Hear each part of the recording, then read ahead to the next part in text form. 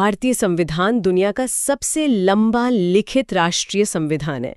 मतलब ये 1 अरब से ज्यादा लोगों के जीवन को दिशा देता है, देश की रगों में दौड़ता है। हाँ बिल्कुल, ये एक बहुत ही विशाल और जटिल दस्तावेज है। सही कहा।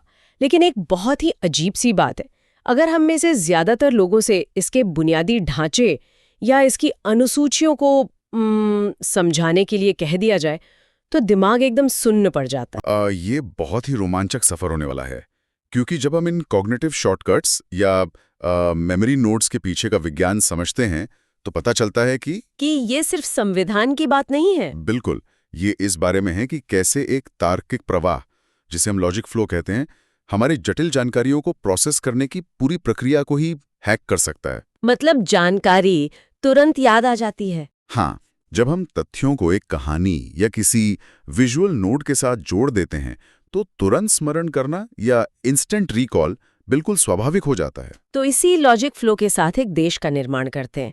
अगर हम शुरुआत से शुरू करें तो सबसे पहले आती है पहली अनुसूची, जिसे इस ब्लूप्रिंट में देश की नींव कहा गया है। बिल्कुल, इसमें 28 राज्यों और 8 संघ शासित क्षेत्रों यानी यूनियन टेरिटरीज का पूरा विवरण है। अब यहाँ बुनियादी सवाल ये उठता है कि संविधान निर्माताओं ने इसे ही पहली अनुसूची क्यों बनाया? ये एक अच्छा सवाल है। मतलब क्या किसी और चीज से शुरुआत नहीं हो सकती थी? इसका लॉजिक बहुत ही सीधा और अकाट्य है। आप देखिए, कोई भी राष्ट्र सबसे पहले अपनी सीमाओं, अपने भूगोल और अपनी जमीन से ही तो बनता है। हाँ, जमीन तो सबसे बेसिक चीज है। सही कहा। अगर कोई जमीन ही नहीं है तो कानून कहाँ लागू होगा, मौलिक अधिकार किन सीमाओं के भीतर दिए जाएंगे? इसलिए सबसे पहले भौगोलिक पहचान स्थापित करना अनिवार्य है। बिना जमीन के कोई संविधान हवा में तो लागू नहीं किया जा सकता, राइट? बिल्कुल, राज्य और उनकी सीमाएं ही वो कैनवस हैं जिस पर बाकी का पूरा संविधान लिखा गया है। ये बहुत ही तार्किक बात है।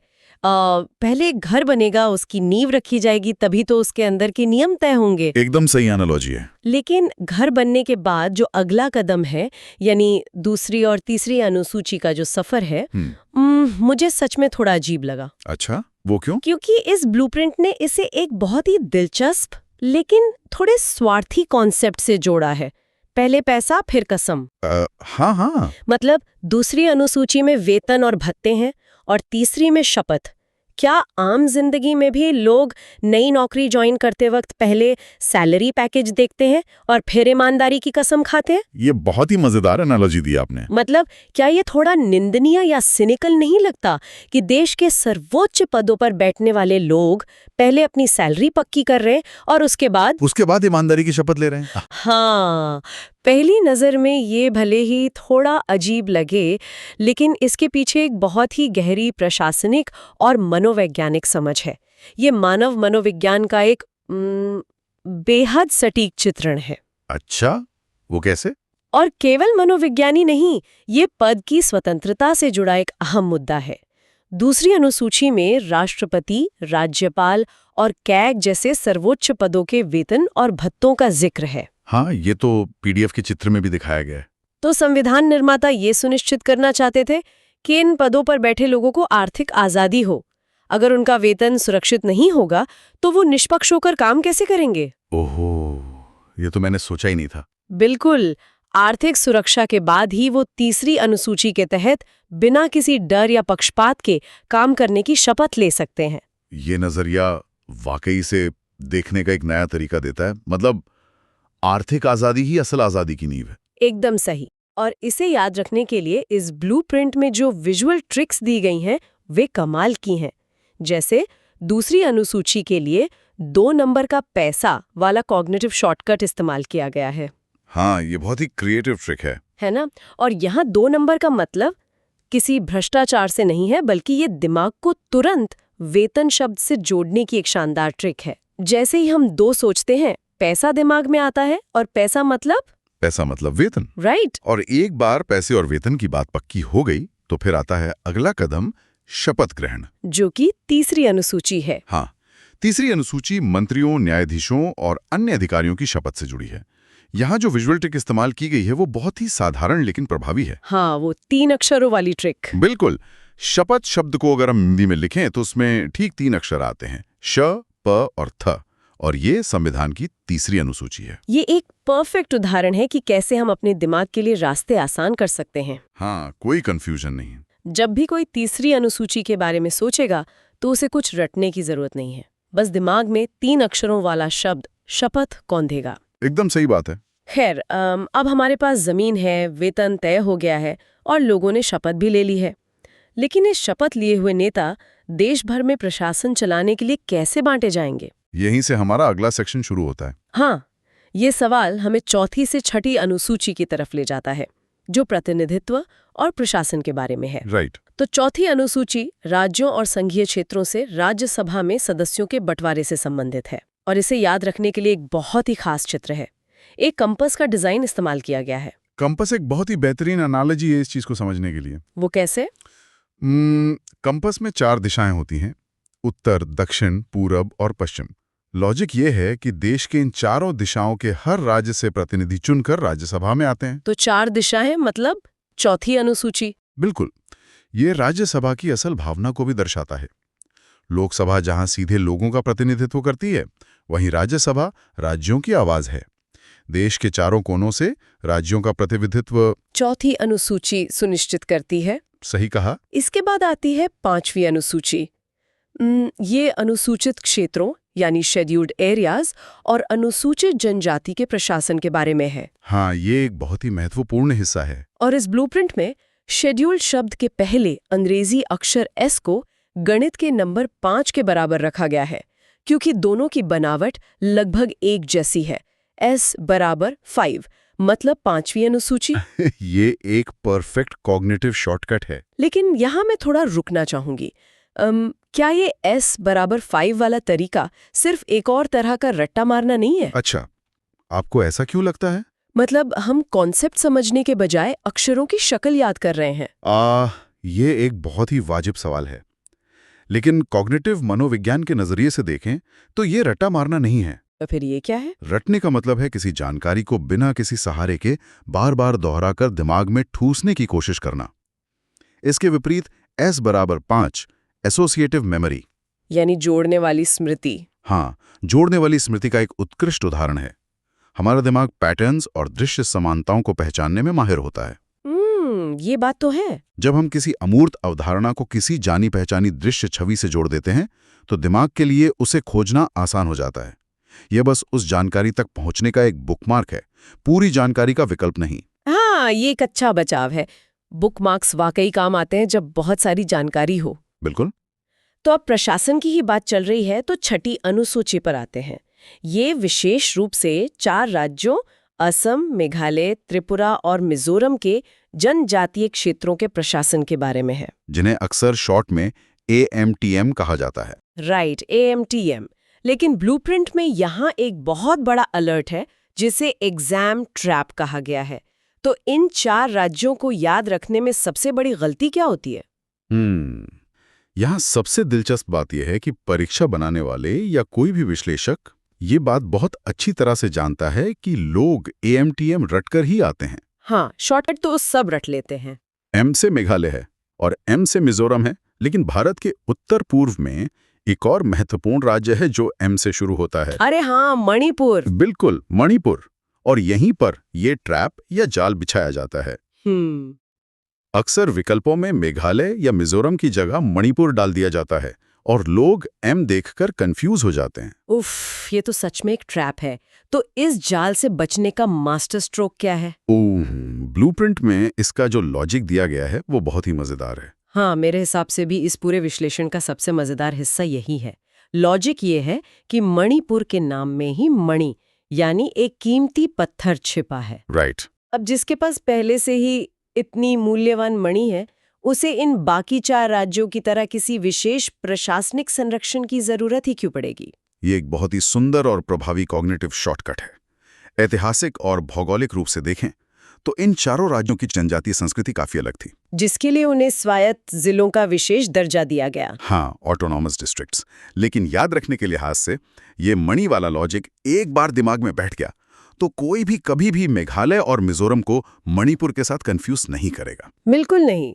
मणिपुर के पास मणि है, उसे संरक्षण नहीं चाहिए, ये तो हमेशा के लिए दिमाग में छप गया। कमाल की ट्रिक है। तो अब तक हमने सीमाओं, प्रशासन और प्रतिनिधित्व की बात कर ली है। अब हम उस हिस्से में प्रवेश कर रहे हैं जहां संविधान शक्तियों का असली बंटवारा करता है। मतलब 7वीं और 8वीं अनुसूची। हाँ, हम बात कर रहे हैं 7वीं अनुसूची की। पीडीएफ में इसे शक्तियों का जॉइंट अकाउंट कहा गया है। यहाँ 3 सूचियां हैं: संघ सूची, राज्य सूची और समवर्ती सूची, जैसे यूनियन, स्टेट और कॉन्करेंट लिस्ट कहते हैं। राइट। अगर हम आंकड़ों पर गौर करें तो संघ सूची में मूल रूप से 97 विषय थे, जो अब बढ़कर 100 हो गए हैं। जैसे कि रक्षा और विदेशी मामले। हाँ, राज्य सूची में पुलिस और कृषि जैसे विषय हैं, जो 66 से घटकर 61 रह गए हैं। और समवर्ती सूची में शिक्षा और वन जैसे विषय हैं, जो 47 से बढ़कर 52 हो गए हैं। इसे याद रखने की ट्रिक बहुत अच्छी है, 7-7। 7 और 7 की ध्वनि बिल्कुल एक जैसी है। 7वीं अनुसूची में केंद्र और राज्य साथ मिलकर इस देश को चलाते हैं। ये एक बहुत ही अच्छा मेमोरी नोट है। लेकिन जो आंकड़े अभी आपने बताए, वे एक बहुत ही महत्वपूर्ण प्रशासनिक और राजनीतिक बदलाव की कहानी कहते हैं। वो कैसे? आप देखिए, राज्य सूची के विषय कम हुए हैं और संघ तथा समवर्ती सूची के विषय बढ़े हैं। इसका सीधा सा मतलब है कि समय के साथ शक्तियों का झुकाव केंद्र की तरफ ज्यादा हुआ है। और ये झुकाव तब और स्पष्ट हो जाता है जब कोई टकराव की स्थिति बनती है। बिल्कुल। मतलब अगर समवर्ती सूची के किसी विषय पर, उदाहरण के लिए मान लेते हैं शिक्षा पर, केंद्र सरकार और राज्य सरकार दोनों अपना अपना कानून बना देते हैं। हाँ, ऐसा हो सकता है। और दोनों कानूनों में भारी विरोध होता है, तो ऐसे हालात में क्या होगा? ऐसे विवाद की स्थिति को सुलझाने के लिए एक बहुत ही स्पष्ट नियम है।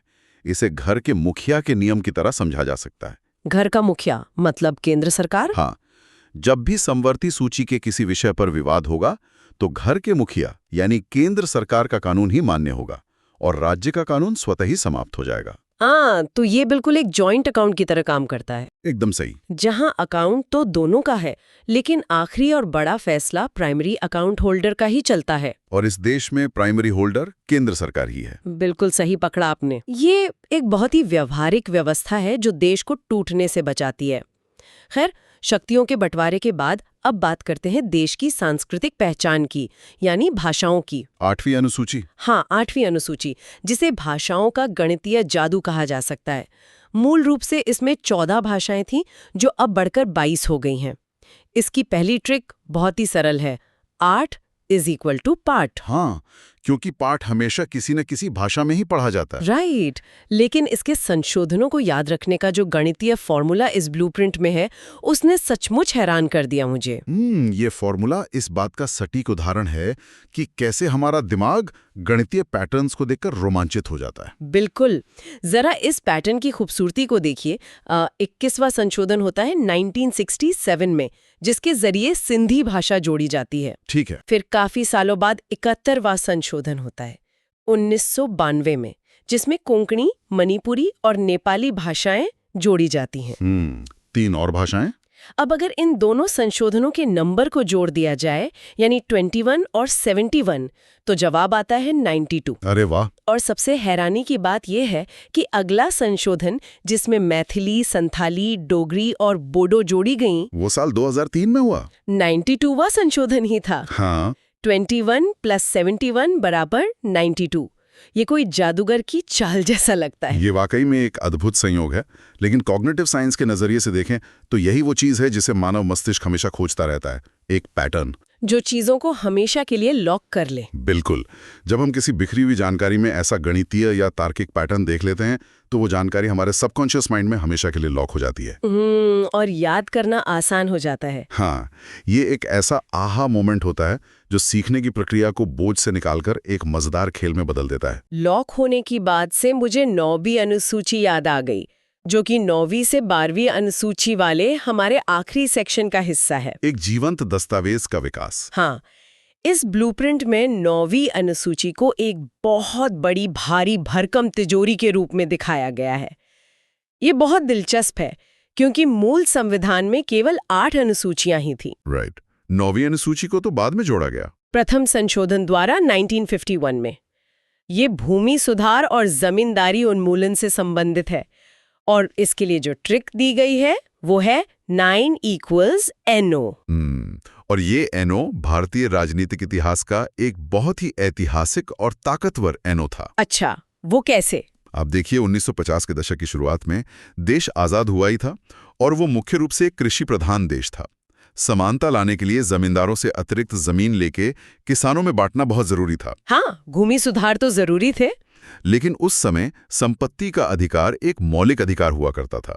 सरकार जब भी कोई भूमि सुधार कानून लाती, अदालतें उसे रद्द कर देती थी। हाँ, तो एक तरह से सरकार और न्यायपालिका के बीच एक बड़ा टकराव पैदा हो गया था। बिल्कुल।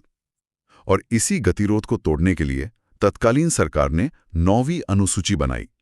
ये एक ऐसा सुरक्षित बक्सा या तिजोरी थी जिसके बारे में नियम बना दिया गया कि जो भी कानून इस तिजोरी के अंदर डाल दिया जाएगा, उसे चुनौती नहीं दी जा सकेगी। हाँ, उसे किसी भी न्यायालय में चुनौती नहीं दी जा सकेगी। न्यायालय का किसी भी तरह की दखलंदाजी के लिए सीधा जवाब था NO। तो 9 = NO, मतलब शुरुआत में इसे न्यायालय में चुनौती देने के लिए सीधा NO था। सही कहा। ये कानूनों को न्यायिक समीक्षा से बचाने का एक बहुत ही मजबूत कवच था। लेकिन अगर हम इस ब्लूप्रिंट को ध्यान से देखें तो इस तिजोरी के बीचों बीच बिजली कड़कने जैसा एक निशान बना हुआ है। हाँ, जो ये दर्शाता है कि ये तिजोरी अब टूट चुकी है। या कम से कम इसमें एक बड़ी दरार आ गई है। यहाँ 11 जनवरी 2007 के एक ऐतिहासिक सुप्रीम कोर्ट के फैसले का भी जिक्र है। वो IR कोहिलो केस का फैसला था जिसने भारतीय संवैधानिक इतिहास की दिशा बदल दी। उस फैसले में क्या हुआ था? सुप्रीम कोर्ट में स्पष्ट कर दिया कि ये तिजोरी अब पूरी तरह से अभेद्य नहीं है।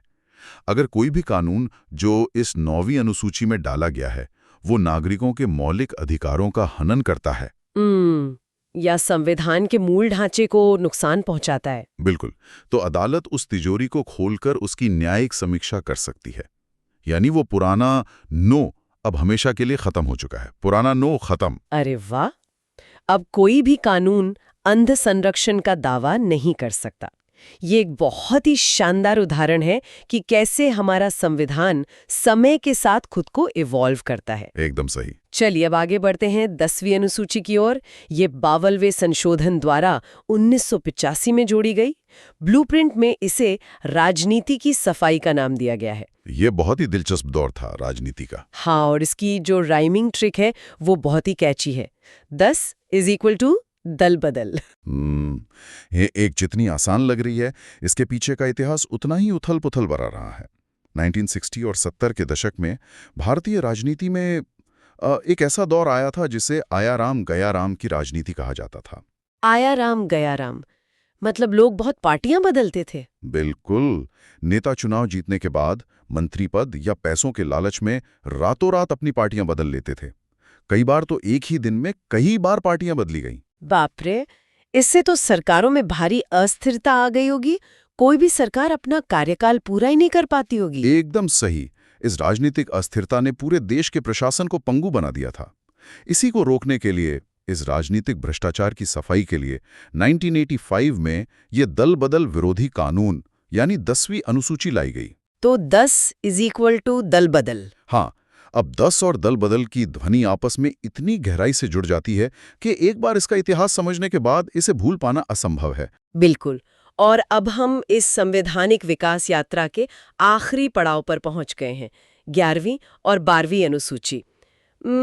ये भारत के गांव से शहर तक के विकास और सत्ता के विकेंद्रीकरण की कहानी है, यानी डिसेंट्रलाइजेशन की कहानी। हाँ, 11वीं अनुसूची पंचायती राज से जुड़ी है जो 73वें संशोधन के तहत आई और इसमें 29 विषय हैं। राइट। वहीं 12वीं अनुसूची महानगरपालिका या शहरी स्थानीय स्वशासन से जुड़ी है जो 74वें संशोधन के तहत आई और इसमें 18 विषय हैं। अगर हम इसे एक बड़ी तस्वीर से जोड़कर देखें तो यहाँ जो कॉग्निटिव शॉर्टकट है वो बहुत ही गहरा दार्शनिक अर्थ रखता है। अच्छा, 11वीं अनुसूची की ट्रिक के बारे में बात कर रहे हैं आप? हाँ, 11वीं अनुसूची की ट्रिक है 1 + 1 = 11। इसका लॉजिक ये है कि जब गांव के लोग एकजुट होकर 1 और 1 11 होंगे तभी जमीनी स्तर पर असली विकास शुरू होगा। एकता में ही बल है। बिल्कुल। महात्मा गांधी का हमेशा से मानना था कि भारत की आत्मा गांवों में बसती है। इसलिए सत्ता को सिर्फ दिल्ली या राजधानियों तक सीमित रखने के बजाय सीधे गांव के लोगों के हाथों में सौंपना बहुत जरूरी था। और 12वीं अनुसूची का लॉजिक भी इसी प्राकृतिक क्रोनोलॉजी पर टिका है। मतलब गांव के विकास और पंचायत की स्थापना के बाद ही तो शहरी विकास और नगर पालिका की बारी आती है। एकदम तार्किक बात है। चूंकि गिनती में 11 के बाद 12 आता है, इसलिए पंचायत के बाद ही नगर पालिका का स्थान तय किया गया। ये क्रोनोलॉजी बिल्कुल सटीक बैठती है, गांव से शहर तक। और यही इस पूरे मास्टर प्लान की सबसे बड़ी खूबी है। ये हमें सिर्फ सूचियां याद नहीं करा रहा है, बल्कि ये बता रहा है कि एक देश के रूप में हम कैसे विकसित हुए हैं। तो अगर इस पूरे विश्लेषण को संक्षेप में समेटने की कोशिश की जाए तो ये साफ दिखता है कि हमारा संविधान कोई रुकी हुई धूल खाती हुई रटने वाली किताब नहीं है। ये पूरी तरह से एक जीवंत दस्तावेज है। A living document. हाँ, ये 8 अनुसूचियों की एक ठोस नींव से शुरू हुआ, जहां जमीन, पैसे, शपथ और शक्तियों के बंटवारे की बात हुई। फिर जैसे जैसे एक युवा देश की जरूरतें बढ़ी, इसमें बदलाव हुए। बिल्कुल, जमींदारी हटाने और समानता लाने के लिए 9वीं अनुसूची आई।